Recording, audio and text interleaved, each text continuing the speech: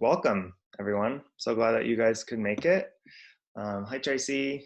Yay. So Tracy, I just want to say, gave a really beautiful webinar yesterday, and we'll be making that available to you. So if you're not getting the emails for whatever reason, it's more than likely in your spam folder because I think we fixed all of our glitches. So check that, and then, excuse me, because we're going to be using that same system to send you the actual replays so that you'll have the link to the replays. And then we'll keep letting you know about the next one we do, which I think we'll be doing every week. That's our plan. So, and of course, if you ever want to get off of that list, you're totally welcome. It won't hurt our feelings. So check your spam folder. All right, so the intention that I want to bring to this meeting and that I just want to hold is to just share my health wisdom regarding immune health. And I've also having so much experience with my own health issues and helping other people deal with their health issues, some of the anxiety that we can have around our health. So I'm going to hope to soothe any anxiety you have. And my goal is by the end for you to just walk away feeling like, okay, I've got this, like this is okay. I'm, going to use this as a little vacation time for myself to take really good care of myself. So that's my intention. This is not medical advice. I'm also not going to be covering every single thing that we could possibly cover because there's a lot of ways that you can take good care of yourself, and there's a lot of things you can do for your immune system and for your overall health. And I'm going to really try to keep this to 30 minutes, and then you can ask questions. So my intention here is not to cover everything. It's more just to give you some inspiration and some tools for solid tools that you can implement to take really good care of yourself, and then understand how those things are going to help your immune system, and then also hopefully soothe your nervous system since they're totally linked. All right. So to begin, why don't we, first I just want to, like the way that I'm approaching this is that the more like healthy and robust and resilient your body is in general, the more healthy and robust your immune system is, because everything is interconnected. And you may have some specific health issue. For instance, I have an autoimmune diagnosis that I've been able to keep in remission. So I have an extra set of challenges to deal with in my body, and I get to go above and beyond in taking really good care of myself so that my body is able to stay out of that inflammatory autoimmune reaction, which of course would leave me more immunocompromised, because if my energy is going to attack my own tissues, then not only, in my case, it was my liver. In that instance, my liver is going to be weakened. So my whole body's going to be weakened because my immune system is busy doing something. My system is weakened, and then I'm more susceptible to catching something. So there's going to be case by case basis. Everyone is different, right? But wherever you're at, whether you have perfect health or whether you are someone who lives with some kind of disease, the key really is to just take such good care of yourself and fill whatever those needs are that your body might have. So again, we're all different. And in doing so, you feel better, you feel more robust, you have more strength, you're rested, and you're ready for a fight, right? Because we've all been there. We've all had to catch something, and sometimes it takes a fight. Sometimes your immune system handles it and you're like not even that aware of it. In fact, I can tell you in the last 10 years, I've come across things like through my little friend group. We've passed around all kinds of little, cold and flu viruses, but it's never knocked me off my feet. It's never even really made me feel sick. So our immune system can do that. It can actually be strong enough to where it learns and it takes care of whatever we're exposed to, and it mounts a strong enough immune response to where we may not even feel sick. But sometimes that immune response, actually, we feel it. And that's what being sick is when your immune system has to go into its whole, fever to try to cook it out, the mucus and the phlegm, that's all your body trying to get it out of you. And I would say the real danger of this current iteration of a coronavirus, which is essentially a type of cold virus. So it's not something new, but this is just one that evolved newly. So it's like the newest version that jumped over from another species. And the thing about it is it's not really trying to kill you. So let's just give a little gratitude for the fact that like this isn't a virus that's really trying to kill us. But our immune reactions to it can kill us, right? So if it makes its way down into your lungs, then your lungs might fill up with mucus as your body is trying to pull that virus out and get it out, and your immune system is going to attack it. It could fill your lungs up with fluid, and in that case, we all know you can drown if you have pneumonia and if your lungs are filled with fluid. And so that's why someone like my dad, for instance, who has a history of some lung issues, it's really critical for him to stay put and not go catch this thing, because he's going to have a harder time fighting it than someone else. So it's really good just to be following the current guidelines. I encourage you to go to cdc.org to understand what the current guidelines are, because they're constantly changing. I know Tracy called me yesterday pretty upset because she, in Hawaii now they're dealing with the same level of quarantine as here, except there's a lot less space there. So they're really having to be more strict about, being more indoors. Whereas I was able to spend the day today at the river.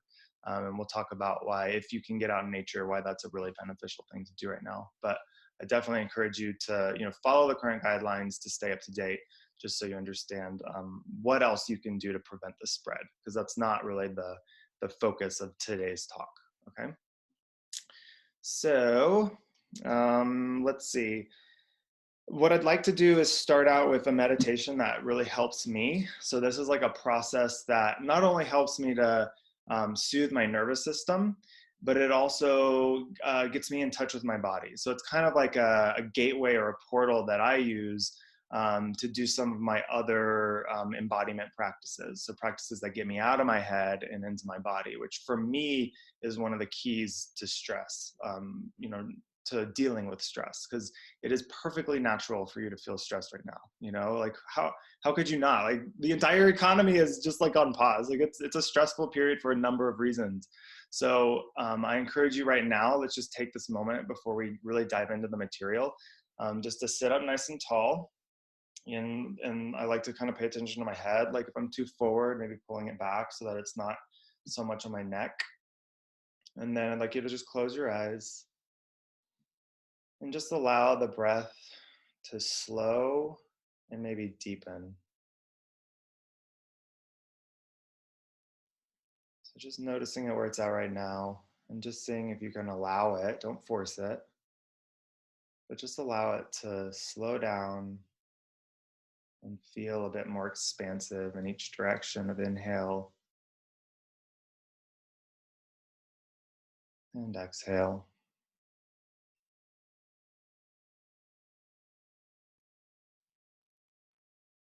And just keep inviting that process of slowing the breath down, because your breath is really a reflection of your nervous system.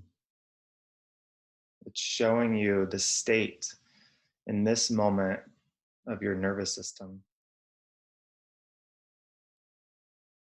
And we can affect our nervous system by slowing our breath down and easing it, making it feel more easeful.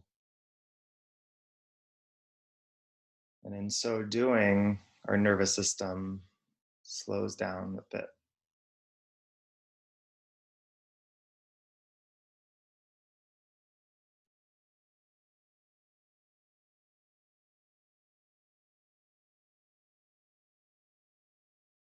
And now I'd like you to just go on a little journey of feeling your body, just noticing whatever sensations. It can be something in your back or your hips. It could be the tension behind your eyes that maybe you can kind of let go of a little bit. Maybe your jaw. Just start noticing how the different parts of your body feel from the inside.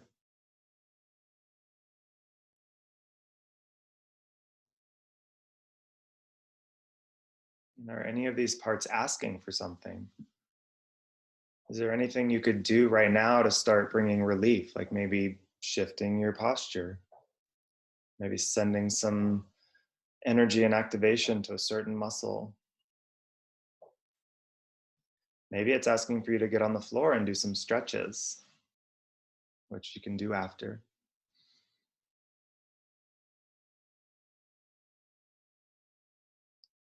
And just honoring the importance of this form of connection with your body and your breath and your nervous system.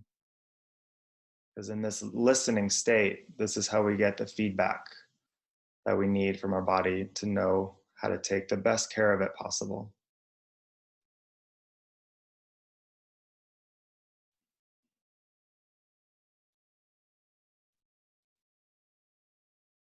All right, and just go ahead and open your eyes and join me again. I would love to stay in that for longer, but I promised 30 minutes. So here we go. All right. So this process of just like tuning in and listening, like it doesn't have to be some crazy woo-woo thing, like, God forbid a 20-minute meditation practice. It can literally just be in any moment, just checking in. I really like to do it when I first wake up because it's like, whatever I'm dealing with after a night of sleep, like I can kind of unwind that. And I really like to do it before bed because it helps me to, get into a state where I can sleep better. But we don't have a whole lot going on right now, right? We're quarantined. So I really think that because there's a lot of stress, like give yourself some times, like do it multiple times throughout the day to just take that pause and like listen and then see what it's asking for, because I really feel for myself when I do that and then maybe I get on the rug and I start twisting and like maybe stretching my hamstring or my hips or just finding some area in my body that is asking for attention. As I start giving it that attention, I just start getting like rewarded with all these happy chemicals, right? My body just starts producing a lot of happy chemicals and it's taking me out of that stress mind, right? And the reason that that's really important right now for all of us is because if we're going to build that resilience and that robustness, then we have to kind of purposefully step out of that stress mind, because you have to realize that when we're in that sympathetic nervous system, that's the fight or flight nervous system, when we're kind of stuck in that, then we're basically depleting ourselves and we're basically using up our life energy, so to speak, before we really need to. And the thing is if at some point we could be getting sick with this thing, we want to really reserve all of that energy for our immune system to fight when it's time, right? You will go into a stress response when you're sick. That's part of the immune system healing process, but we don't want to be stuck in that right now. We want to be getting out of our head into our body and feeling really good right now. So I just really encourage you, whatever your practices are, give them to yourself right now. And if you don't have any practices, get on YouTube right now, because there's a lot of things you can learn right now. If movement and yoga and things like that are new to you, just start where you're at and just start listening to your body and just do one little thing at a time. It doesn't have to be a lot to get you out of your head. So I encourage you with that. All right. Now, let's see. So we really want to consider all systems when we're talking about our immune resilience, because again, everything in our body is connected. We're like a very complex amalgamation of different systems that all work together to make us who we are and to keep us healthy. So it's really important right now to be like paying attention to the different parts of ourselves and the different ways that we might be doing something that could be harming some of our systems. Like I'll just give a simple example of smoking. Like now would be a time to be like, maybe I'll stop smoking, because what that's going to do, putting pressure on our lungs and our mucous membranes with smoke is going to make us more susceptible, not to mention all the other downstream side effects of something like that that's going to harm our health. So just really paying attention to like the different parts of you and how you can be taking really good care of them is really important. And I'm going to go through some of those here. So, all right. So anytime that we exercise, so, I've been talking about getting into our bodies. There's a lot of ways of doing that. Like you can exercise, you can stretch, you can just go for walks outside. Like right now, the guidelines, even here in California, where it's really, they're expecting us to quarantine ourselves. Like part of that is that you can go outside in nature. As long as you're staying 6 feet away from people, then you're fine to do that. And so today I was fortunate that we went to the river and I got to spend time in the sunshine, which is like the best thing we can do right now, because the sunshine helps our skin to produce vitamin D, which is a huge component of our immune system. And not only that, but it just, it kind of gets you out of stress. Like when you're filled up with sunshine, it's a whole lot different than being, inside on our phones reading, every latest little thing about the coronavirus. So I definitely encourage you to spend some time, getting out there, get outdoors. It's a great way to connect with nature and just like the sounds of nature, and just allow it to just to really fill you up and just feel, like you're really enjoying your time. And, again, we're all having to take this pause. So it's like we can either freak out and panic because we can't, we're not allowed to go do the things that we normally do, or we can kind of use this as an opportunity for ourselves to, go and really enjoy the time that we have. So I encourage you to go outside. Let's talk about membrane hygiene. So again, this virus is trying to get in through our mucous membranes. And something that my father actually told me that, has always, I haven't really needed to use it, but it's in the back of my mind, is that when we get a virus like this in our sinuses, that's kind of like the first, first of all, we want to nose breathe, right? Because if we're mouth breathing a lot, not only is that not so good for our metabolism for a number of reasons I'm not going to go into right now, but it also makes us more susceptible because you're just breathing whatever's in the air right into your lungs. So our sinuses through our nose actually act as a filter. That's one of their jobs. And so when we breathe through our nose, we're giving ourselves that extra layer of protection, which is going to buy us more time before the virus goes down into our lungs. So one of the ways you can prevent that virus from going down into your lungs is if you catch it, or if you know someone who's caught it, and you're starting to get that drip happening in your sinuses, and if it starts dripping into the back of your throat, that's literally it making its way down into your lungs. And so one of the things my dad taught me that you can do is actually take an antihistamine.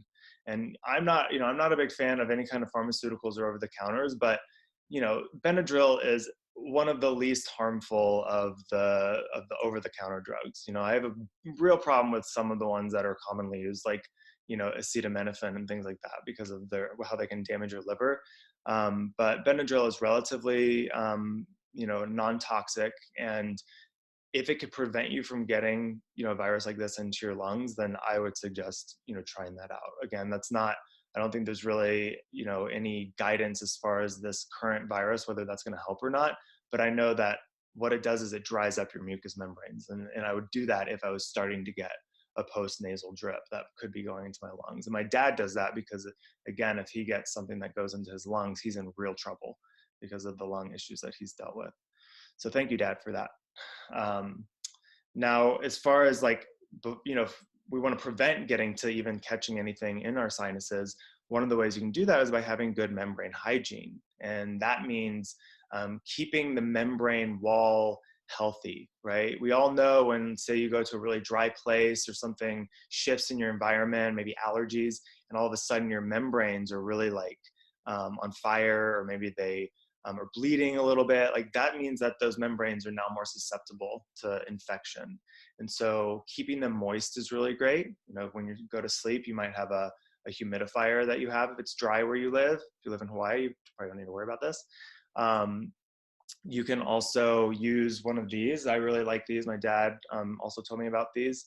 It's basically just a sterile saline solution that you can spray in your sinuses to keep them moist. And then I also use it when I'm coming back from being out, say at a grocery store or something. I use it to really wash out my sinuses really well. I also use neti pot.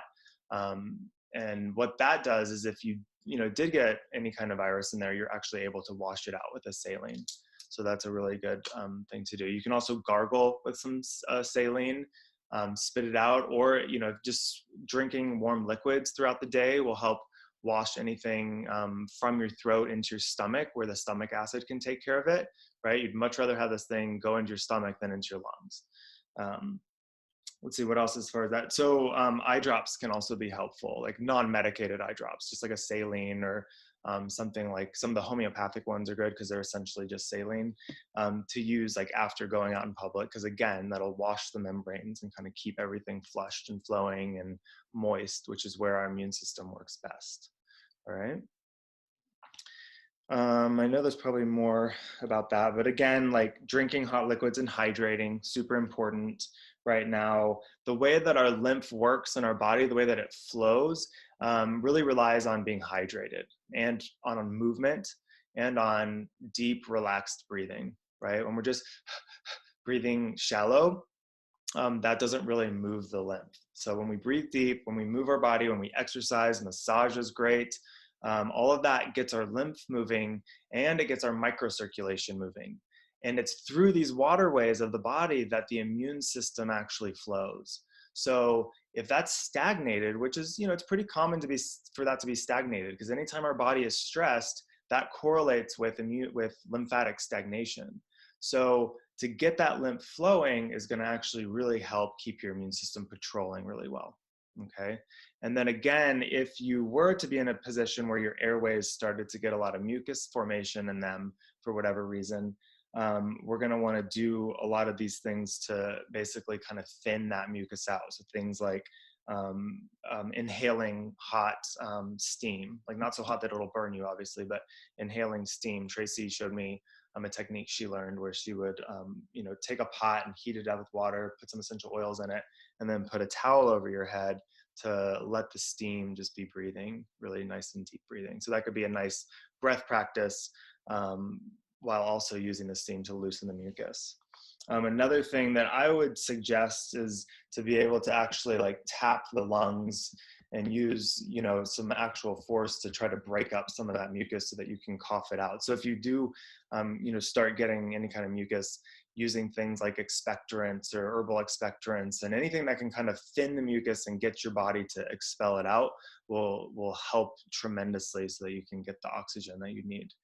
And then one thing I want to say that, again, I don't really know, this hasn't really been studied necessarily, but one of the things that I would consider that I would do if I started having trouble breathing is I would be trying to breathe more, right? And what that can do is actually cause hyperventilation. And we know that when we hyperventilate and we're throwing off a lot of our carbon dioxide off in the exhale, that we're actually decreasing the ability for oxygen to go from our blood cells, our red blood cells, into our tissues. So basically hyperventilating or breathing too much, too fast will actually decrease our oxygenation, right? So I know that they've shown that sometimes when they have people on ventilators and they're actually trying to ventilate them, like in a hospital setting, if they're needing to do that, sometimes they overventilate them and people die from that.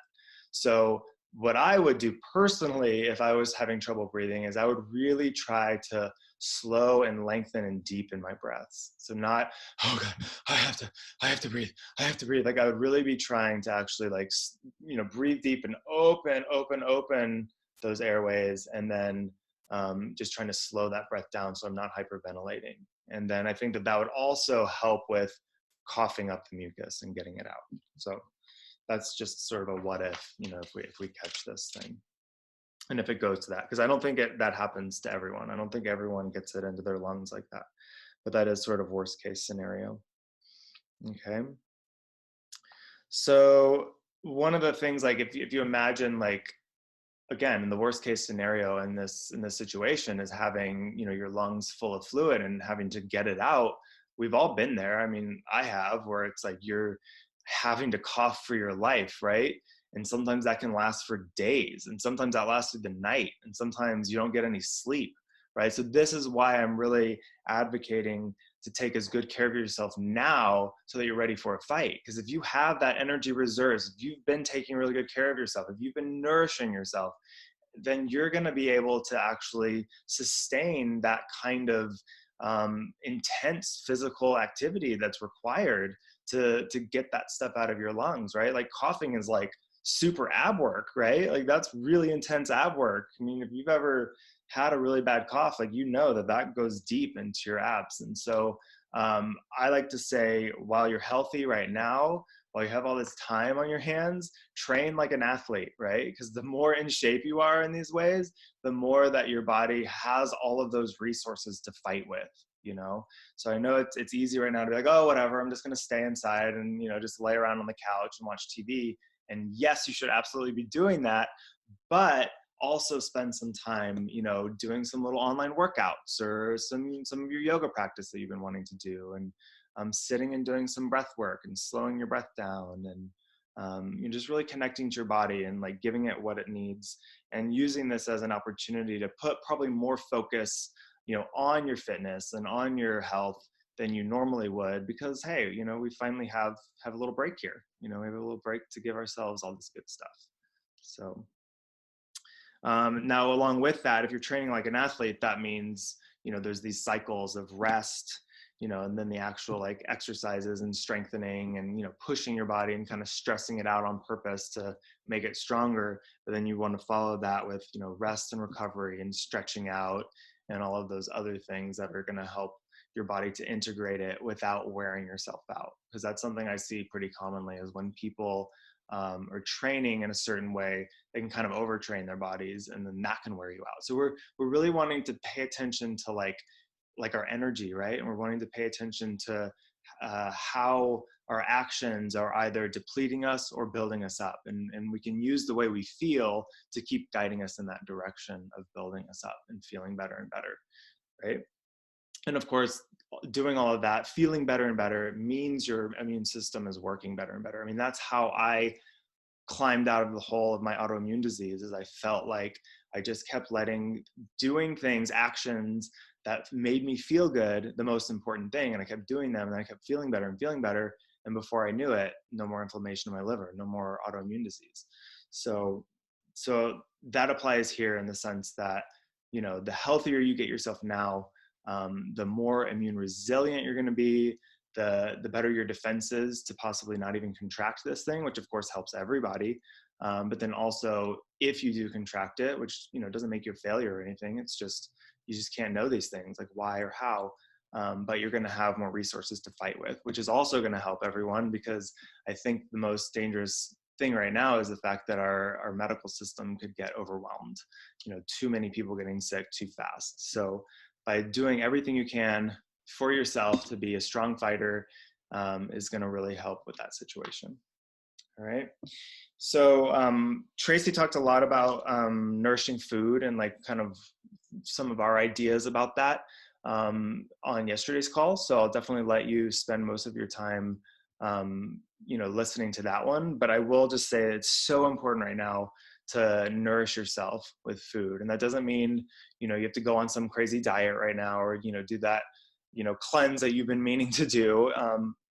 Just eat in a way that, again, makes you feel good and doesn't mess up your digestion and doesn't make, your energy crash. I mean, we all know, like, we have those little habits we do that, you eat a whole bunch of sugar and all of a sudden you just feel sleepy and tired. And it kind of creates this cycle of like, well, I got high eating the sugar. And then I felt low. And then so we all have that experience. We know what that's like, and now is the time to really be doing things like bone broth, if you eat animal products, and, nourishing soups and things that just make you feel like, yes, like I feel like I'm doing a lot of good things for myself.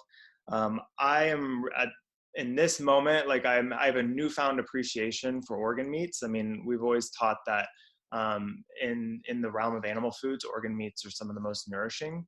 But I have a newfound appreciation and gratitude for them as far as a source of really concentrated nutrition. And of course, I'm talking about animals that were not raised on feedlots, animals that lived outside and ate grass, and they lived in their natural habitats. But those are probably what I would say are the most bioavailable of the nutrients you need to build your immune system. And even things like bone broth and the proteins that are in animal products, those are the fundamental amino acid building blocks of our immune cells, and we need a lot of them. I mean, that's why mucus is so sticky, right? It's filled with protein. So it's important to be getting enough protein, whether you're vegetarian or whether you're a meat eater or not. Just make sure you're nourishing yourself with protein, and then also definitely avoiding refined sugars or anything that's going to cause like a huge blood sugar spike, because of the way that then leads to a decreased immunity for a period after you've eaten that. So I'm not saying you should never ever eat sugar, but it's definitely an advisable time right now to be limiting or avoiding it. And then of course we should always be avoiding the refined, rancid vegetable oils that are in almost every single processed packaged food, unfortunately. Things like soybean oil and canola oil, rapeseed oil, cottonseed oil, all of those vegetable oils that aren't really something you would just eat, like an olive, right, or a coconut. Those are pretty refined and rancid, which makes them inflammatory. And again, anything that's inflammatory is going to be taking that energy away from our immune system and putting it towards yourself in a way that you don't want to be doing, and robbing your immune system of the energy that it needs and the immune cells that it needs to really be on patrol. And so along with that, anything that's like a toxic stress on your body, Tracy and I like to use that term toxic stress because we feel like it sums up, not only emotional stress that could be toxic for your body, but also the toxins in our environment. So really being careful with things like the body care products and the cleaning products you use. You can use things like alcohol, you don't need to be using Lysol and things like that. Like this, seeing so many different memes of people spraying their children with Lysol. And I'm like, no, that's not how it works. Don't do that. Like, that's not helping their immune systems at all. And so, just being aware of, like, we all have toxic stress to some level, and just, again, being as easy on your body as you can, I think is my lesson there with that. And yeah, I think that's probably a good place to leave it, and then open this up to any kind of questions or comments. So I'm going to go ahead and, I'll let you just unmute yourself. If you have a question or a comment or anything, I'll just let you unmute yourself. And, if we have a couple of people, then we'll just. Hey, bro. Hey, bro. That's Dalen, my brother. Hi. One thing you were talking about with the getting kind of like the steamed water, Yeah. the faucet. I just recently did that through a friend's suggestion, my friend Patongo, and he gave me a lot of fresh sage. Oh, that's great. And so what I found is that heating some sage up in a pot on the stove, not to where it's boiling, but just where it's hot, turning the burner off, and then literally just like you said, taking a towel, putting it over your head. I did that this morning because I've been kind of having a little bit of a cough, and I just breathed that in. Number one, it's like having a facial, and number two, it smells amazing. It helps your sinuses. It clears you out, and I was like, wow. And I got it hot, and I stayed in there until the heat. I had to go all the way down to the bottom of the pot. So the heat started to obviously dissipate. Cool. So it was a really nice way to be able to, it may have taken 10 or 15 minutes, but it was such a great way to, like, how to time yourself in there. And it was really meditative. So I wanted to share that with you. Cool. Thank you. Yeah. And sage is such a powerful herb. So as far as any of the, like, vasodilation and even, like, just some of the, antimicrobial properties of some of these different herbs, like sage is great, and eucalyptus is really great. And there are others. If you have any kind of respiratory essential oil formula, those can be really helpful. Essential oils would be a little bit stronger, so be careful, how many you add. You might, end up like really blasting your face with it. But doing like the sage herb has those essential oils in it, but it's probably going to come out more slowly because it's in the herb. And you might even, by breaking it up a little bit, you might be able to get a little bit more of those, those chemicals out.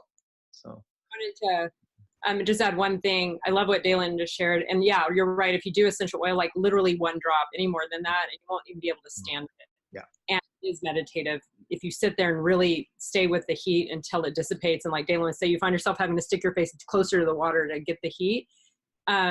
But one of the things that you want to know is, like, if you live in a cold environment or you have AC or something like that, the way I learned to do it is you keep the towel over your head. It's ideally to do it at bedtime, so you just go straight to bed, and you don't really want to be in a cold environment because you just opened up all the little alveoli of your lungs, and they're very vulnerable. So you thin the mucus and let your body, like, wash it out, this is like an amazing expectorant without using over-the-counter drugs, but then you're vulnerable to cold air and wind and things like that. So you just want to be in still, warm as possible air when you do this. And I also just wanted to mention there are herbal antihistamines if you don't want to do Benadryl, and I'll type a couple products in the chat while other people ask questions. Yeah. Cool. Any other ones? I gotta put in a plug for raw garlic. I chopped up some garlic. You let it sit on your cutting board. And for why are 10 you minutes. doing that? You got to do that so that the allicin, which is the compound that is antiviral, develops. Then I mixed it into soft ghee, or you can use soft butter. And I just put that on top of my food or in my soup that's not super hot. You don't want to cook the garlic at all. You want it to be raw. So just a little bit of that every day on something, even if it's just bread or your vegetables or whatever, just to get that going in your system to build your immune system, which is the paramount thing. You're absolutely right. I love it. I hear that from you and from and everybody needs to hear that, because that's the only thing that's, I mean, you just can't go stop the world and expect that things aren't going to keep moving around, these viruses. Oh yeah, this is one of many, unfortunately. Yeah, they're everywhere. I mean, maybe not that one, but we're just like covered with them, and they're in us and on us and all over us. And so if we're not staying strong with the right foods and de-stressing, then yeah, we want to keep going in that direction. So I'm really thankful that you're here and that you guys are doing this. So important. So thank you. And yeah, thank you for everything you share, because you definitely are a great source of health wisdom, and you live it, and you're inspiring to both Tracy and I as well. And I also want to add that I know you have this, so I'm just mentioning it to everyone else, is that your ghee is grass-fed, and the big difference of that is that it actually has the nutrients in it that build your immune system. You know, the fat-soluble vitamins and activators that are in the animal fats that are actually eating things like grass and eating the things they were meant to eat and getting sunshine and vitamin D and all that kind of stuff. So just in India, actually, ghee is medicinal. Yes. So, and that's why. That's why. Yeah. Cool. Thank you. Also, butyric acid, which helps heal your intestinal lining, which you want to keep from having intestinal permeability. You want to keep your gut in really good health, because that's the root of your immune system. Right. That's just like we were talking about earlier with the mucous membrane, you know, hygiene and health. It's the same thing. Like our gut is also this membrane that can become permeable, and we want to do everything we can to, you know, be nurturing that whole system so that it has a really good integrity from pathogens, because that really is it's actually when you're inside of the inner tube of your gut, that's outside, and then inside is once it passes those walls and it goes into the bloodstream. And so that's why we want to make sure that that membrane is really healthy, because otherwise, you know, things that we don't want in our bloodstream are going to get in there. So and then what she was saying, butyric acid, that's actually a fatty acid that the microbes in your gut, if you have a healthy microbiome, they make through the fermentation of the foods you're eating. So when you have a healthy microbiome, you're making these fatty acids that actually help to heal and seal that gut permeability. So just eating a nourishing diet, you know, whatever works for you, whatever your particular needs are, that will help to feed those microbes. And so, of course, you know, one of the toxic stresses we talk a lot about is taking antibiotics. And, you know, there is obviously a time when they might be necessary, but we really advocate for being careful with those, because if you disrupt your microbiome through even just one round of antibiotics, then you may not be having those benefits, those immune system benefits. So real quick, let's just talk about like the microbiome. You know, when we have the right kinds of critters living in harmony in our gut, and on our skin and in our mucous membranes and our sinuses and all of that, they're literally fighting for that real estate. They don't want to let some virus in. They're like, hell no, this is our place. And they're literally making shields, and they have, you know, chemical warfare, and they're doing all these things to literally protect you from infection. And so when we disrupt that and we just wipe it out through different pharmaceutical means, usually, that opens us up for infection of different kinds and for overgrowth of other kinds of microbes that we don't want overgrowing. So there's definitely things you can do if that's something you've done recently. You know, there's times when it's needed. So if you've had to do that, like I'm definitely not putting you down. But there are things you can do. Like one of the things is the beneficial yeast Saccharomyces boulardii is a really beneficial probiotic you can take to help recolonize your gut with other good microbes. So, and going outside, that's another reason to go outside, is like outside, that's a whole lot of lactic acid bacteria and yeast and other things that are actually beneficial for our immune system, and they're going to actually help colonize our immune system just by being out there. So definitely important. Outside, like around trees and Yeah, like being an intact ecosystem. If you can't go out, at least trees in your yard or neighborhood, but if you can actually go somewhere that's more like a forest, then you get even more of this good microbes. Absolutely. Anything that's a living ecosystem that you can tell is healthy, that's going to have these kinds of microbes. They're very ubiquitous there. Yeah, the Take Japanese your call shoes that off. forest bathing. Forest bathing, that's right. What did you say, And Dalen? take your shoes off. Yeah, and earth. So that's actually a great point. Thanks, Dalen. We really advocate earthing and touching the earth, because there is an energetic exchange. You're going to get a kick out of this. We have a nephew here, and his friend basically said, we were at the river and we're like climbing around on rocks, and we're touching the rocks, and we're touching the water, and he said, it's like that there's this like energy or something, like I can just feel, like it's almost like filling me up, like I can just feel it. And we were like, yeah, that's literally what's happening, is when you touch the earth, it really is, there is an actual exchange of energy. And this because, for instance, if there's a lightning storm, you don't want to be doing that, right? Because if there's a lightning storm and you're grounded, you could get shocked. So there's literally electricity flowing between you and the earth. And that is a really important modulator of the immune system and of the nervous system, because we are electrical, in our nature, as well as chemical. So. And also, like what you were saying, like if you're having to do a lot of work from home, like on a computer, I noticed when we were getting ready, doing all the marketing for this, I was spending so much time on a computer and having tech problems and getting irritated with my learning curve and tech glitches. And then I was just like, ah! And then as soon as I went out and sat in my yard, put my feet on the earth, sat in the sun, did a little meditation, I was like a new person. I went from completely neurotic and unstable to completely grounded in a very short, it takes like 5 to 15 minutes. It's not a long time.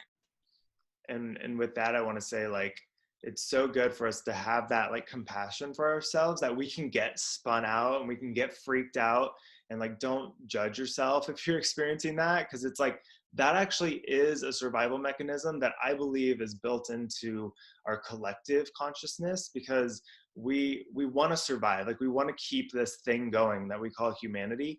And so when anything becomes a threat to that, I think that there's something that is contagious, that's not just the virus, that's literally like, oh, like we have to panic and we have to freak out because we have to do something about this, and like, we're all doing something, like we're staying home, like that's new, like, well, I haven't done that in my lifetime, and I think that that's an important thing to like honor and not judge. So like, again, if personally you're feeling something that feels overwhelming or scary or stressful, or you're worried about where your money's going to come from, or all these different things, like, just like take that moment to like honor those feelings and feel them, and like, what are those showing you, and how are those helping you to actually change your behaviors right now. And then like Tracy said, it's so easy just to like shift into ease, like shift back into ease, so it's not like, oh man, I screwed up again and I got stressed out, and I learned that I'm supposed to not be stressed right now, so my immune system is probably fucked up. And it's not like that. It's more like, oh, okay, like I'm having those feelings because there's a lot going on right now, and there's a lot to be aware of. And that's good that I'm feeling it. And it's good that I'm aware of it. And it's good that I feel connected to the other humans. And then in that, you can bring yourself back into ease. So if there's anyone that wants to share about their experience with that, or anything that they're struggling with, feel free to throw that out there too right now.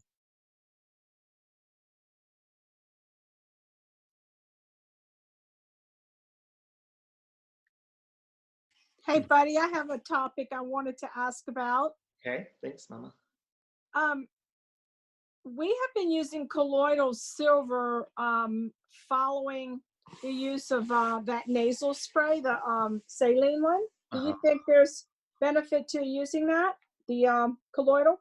Okay, so I'll say like my official stance as a professional is that that it hasn't really been studied necessarily right now for this particular issue. But with that said, what an easy and non-toxic and inexpensive way to make your mucous membranes less hospitable to a host of different microbes. Who knows about this one? I'm guessing that it doesn't like silver or copper, because silver and copper are very disruptive to the membranes that these virus particles and the different bacteria and stuff, protect themselves with. So I would say that that's a great idea, because there's really no drawback. We know that, like what you believe about things, is going to help. So if you feel like you're giving yourself an extra layer of protection with a metal like silver or copper even, then that I think is great. And it's fairly inexpensive. Now, it might be something you can't really find right now, because if enough of the other humans are thinking in the same way, then it's probably sold out. But if you have it, and if you can get your hands on it, then yeah, absolutely, you can use that. And I feel like for me, colloidal silver is a great nasal spray or eye spray, because it is just like a sterile fluid that I can put in there that doesn't irritate it, and it doesn't, it just basically moistens, and it has been used successfully for different anti-parasitic type protocols. So it definitely has powerful anti-parasitic properties. So Good. Great idea. Yeah, there's the other, when I keep saying copper, I'm talking about, you've probably seen the ad for it, but I'm not talking about a product. I'm just talking about if you take a piece of raw copper and you actually swab inside of your membranes with it, you pull it out. If you do it for like 30 or more seconds, you can actually you can kind of smell the copper in there that's still in there, because some of those little copper molecules are left behind. And copper is very antimicrobial, just like silver is. So I know that. yeah. Okay.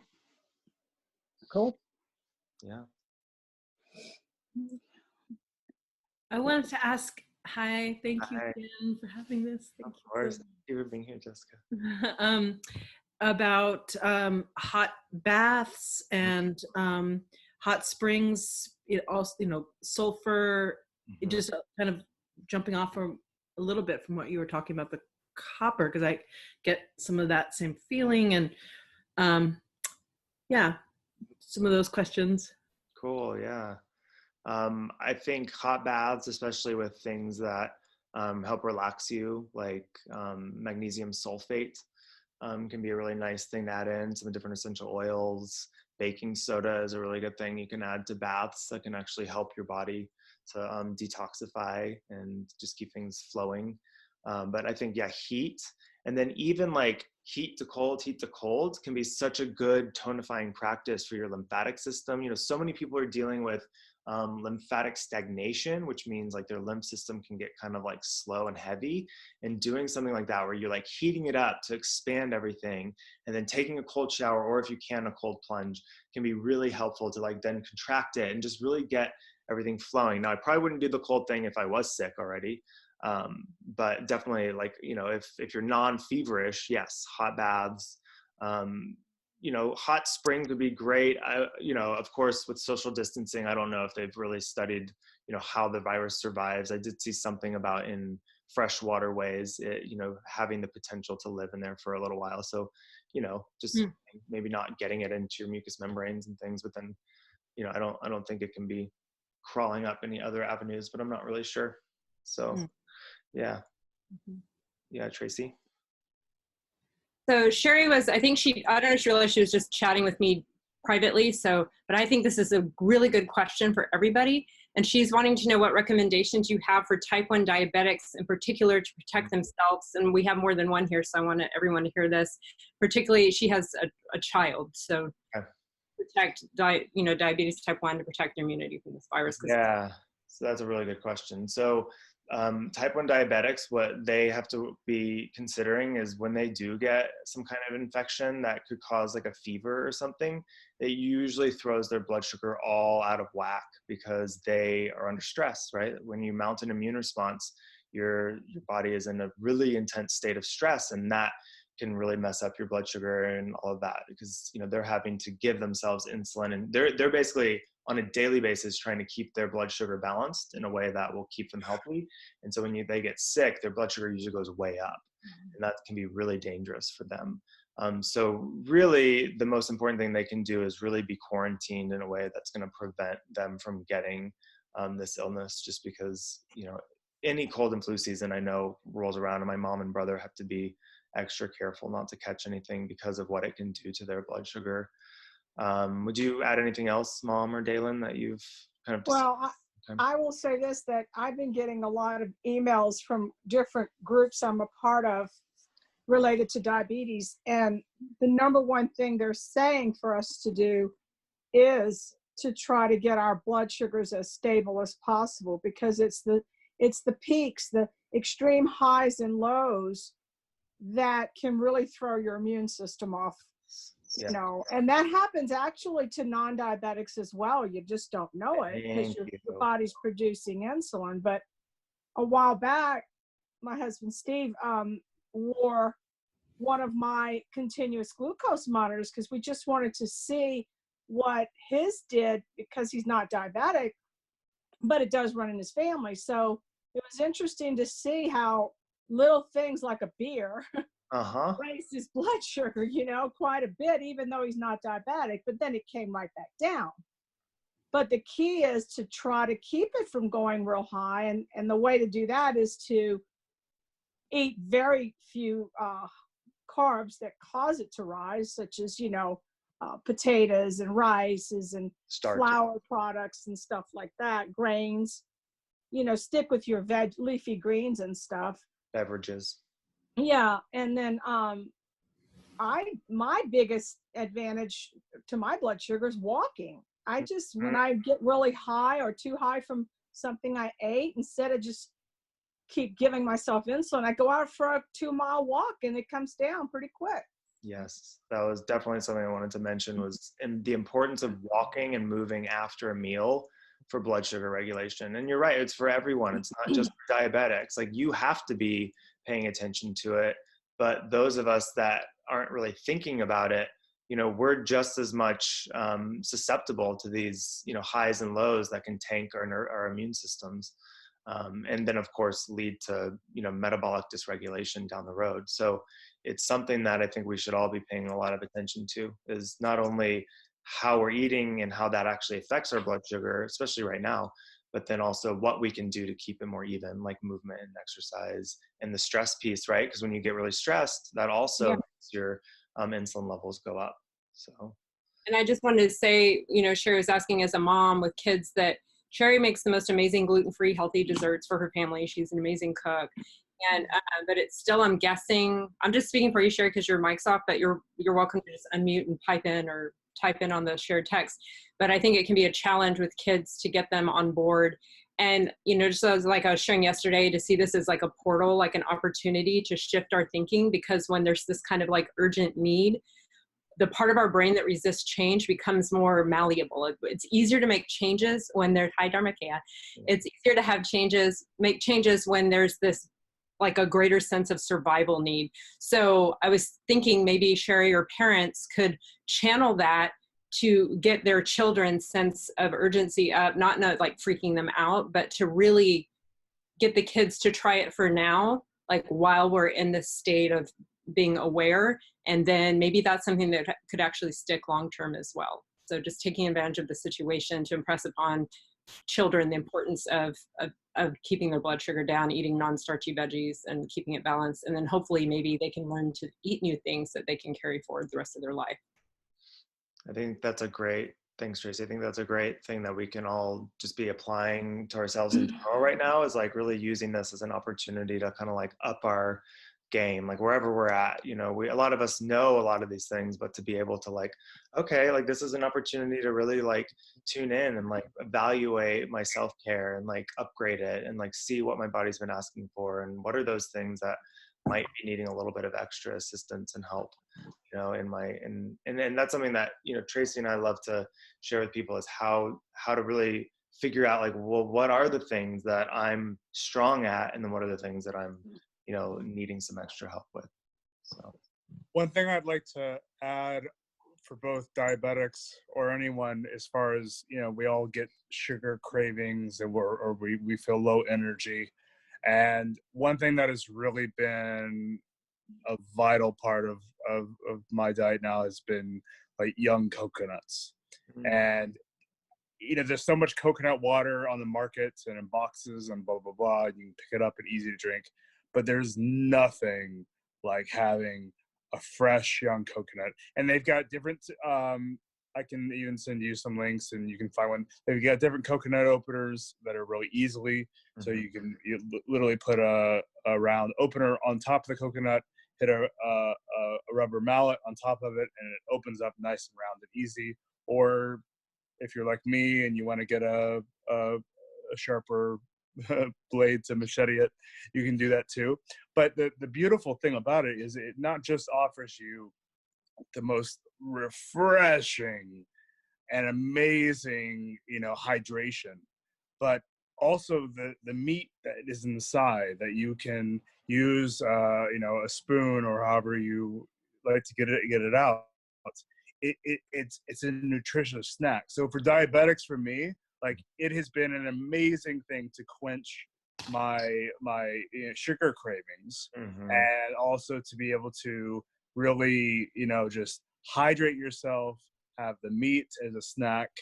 And then if I did find this one brand, I have to say this, if anyone out there has an ice cream craving, there's this avocado brand. Let me see if I can find it over here.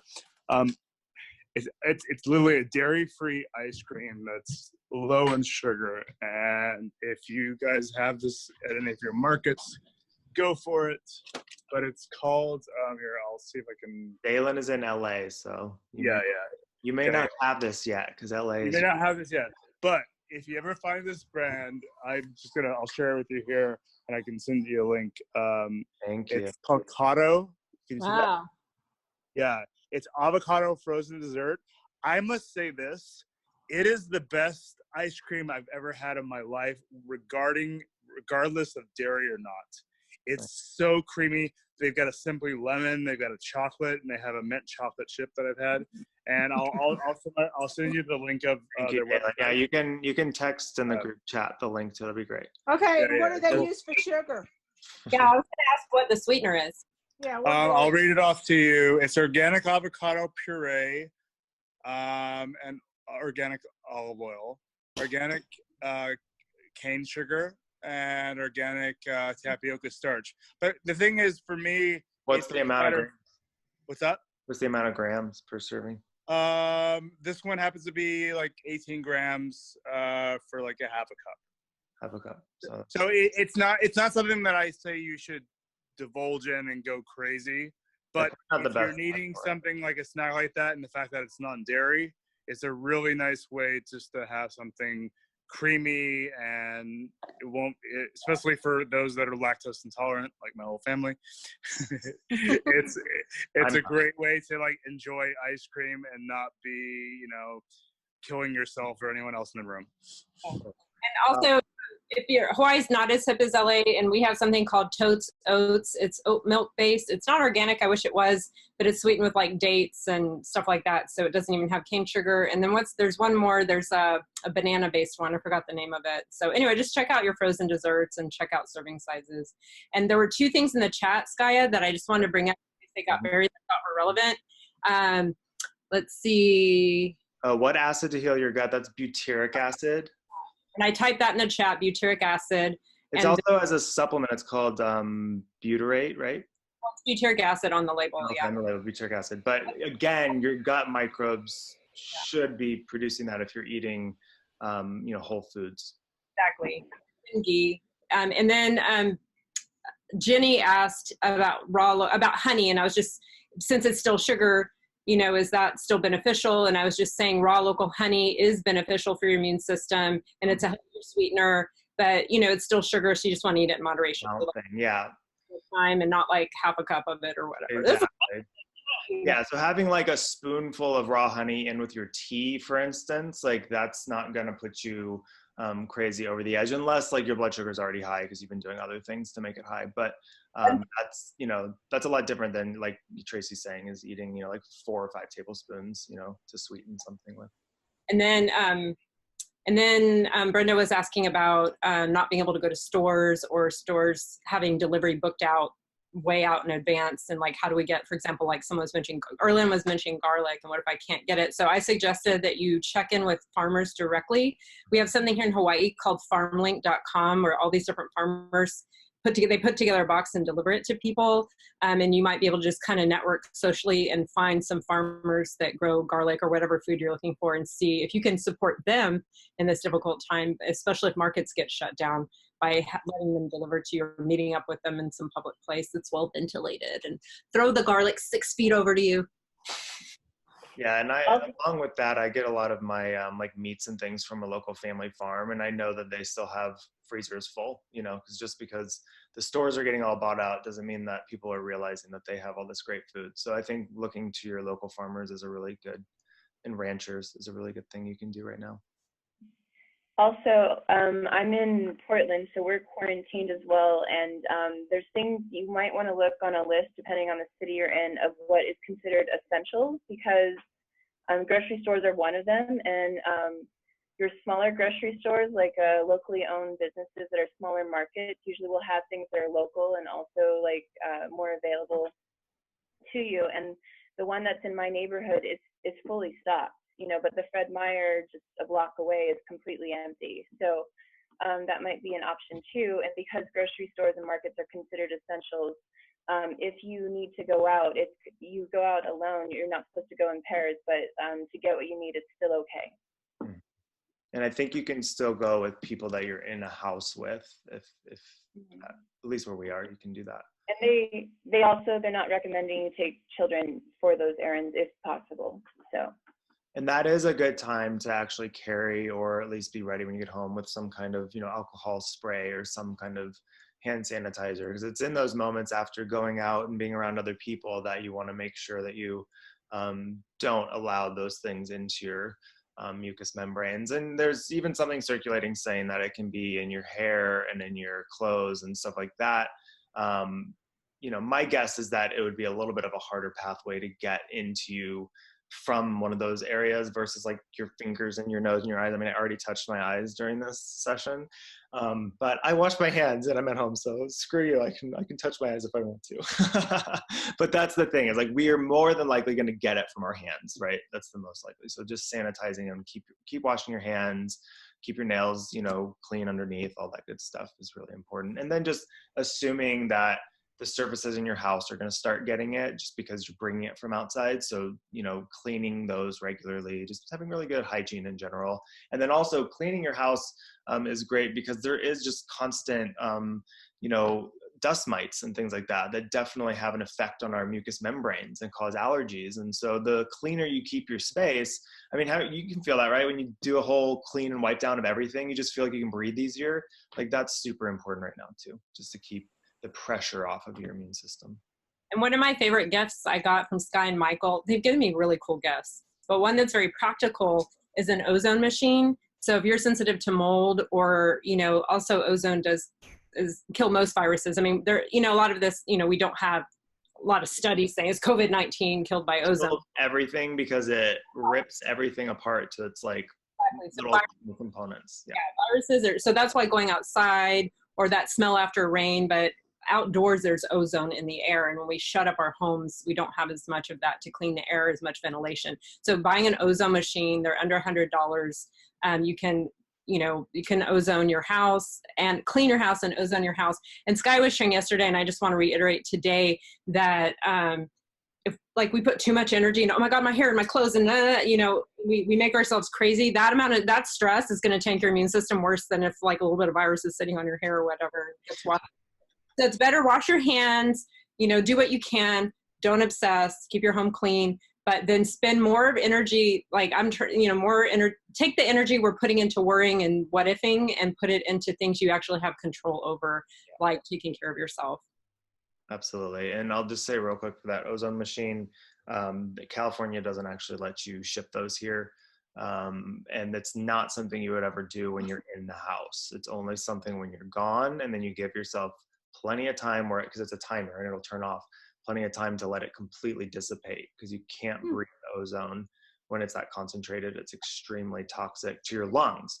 Now you can use it in other ways on your body and stuff, but that's a whole nother discussion, and that's medical ozone, which is completely different. She's talking about an ozone generator for cleaning the air in your house and for killing mold and things like that.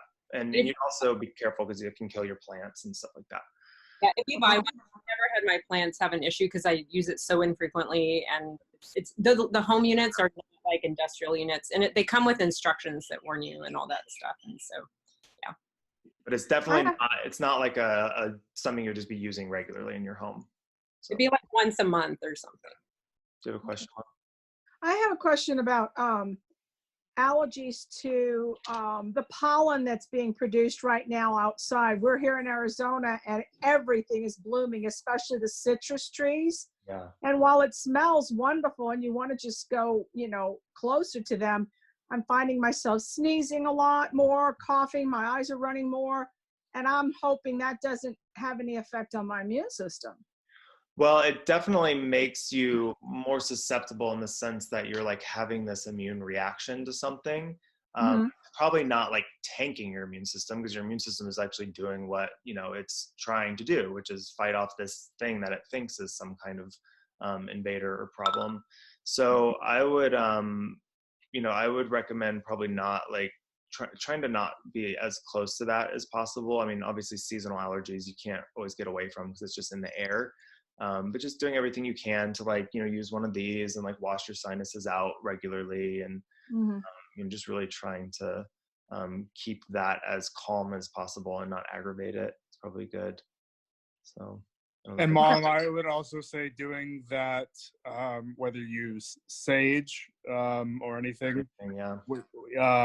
in the hot water, and I'll give you instructions how to do that. I don't have any sage here, I don't think, do we? Well, you can just do the hot water too. It doesn't. And you have essential. Well, is there any essential oils that would be okay to use to do that? Like, I might have those.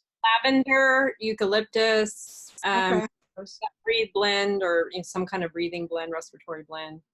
And also, I was going to say, or everybody, if you scroll way up in the chat, I don't know how many of you guys saw when Skya was talking about Benadryl. There's they're herbal supplemental antihistamines. So I recommended two, and I told where you can get them. One's called DHIS by Orthomolecular Research. You can get it from healthyhabitsliving.com. It's quercetin, bromelain, and vitamin C with nettles in it, and that helps lower histamine in the body.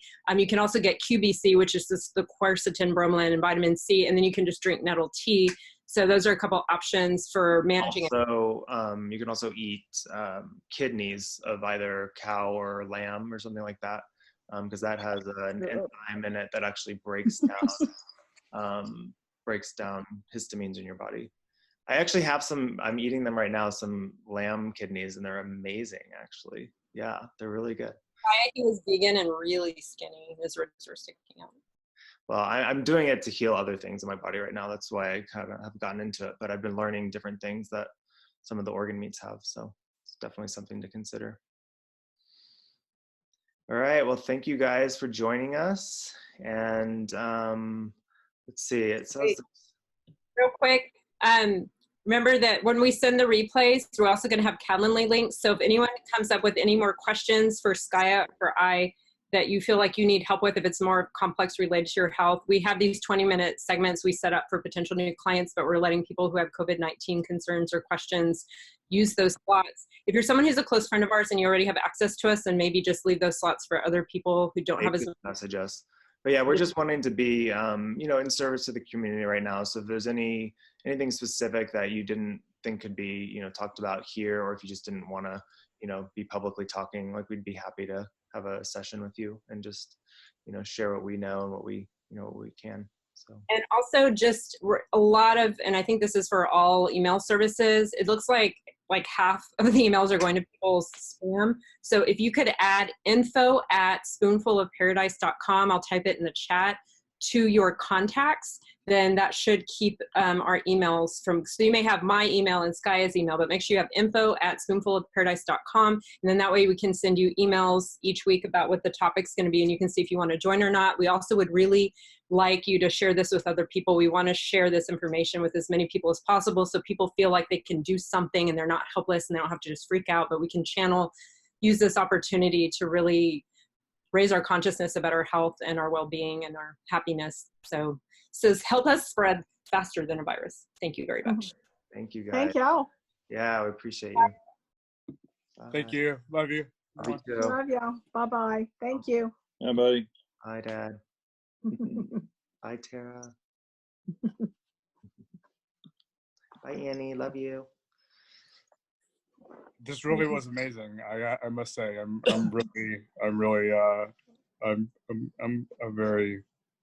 very blessed to have been a part of it, and I'm really proud of you. So. Yeah, that's what I was gonna say. Real proud of you and Tracy, for sure. Thank you. Love you guys.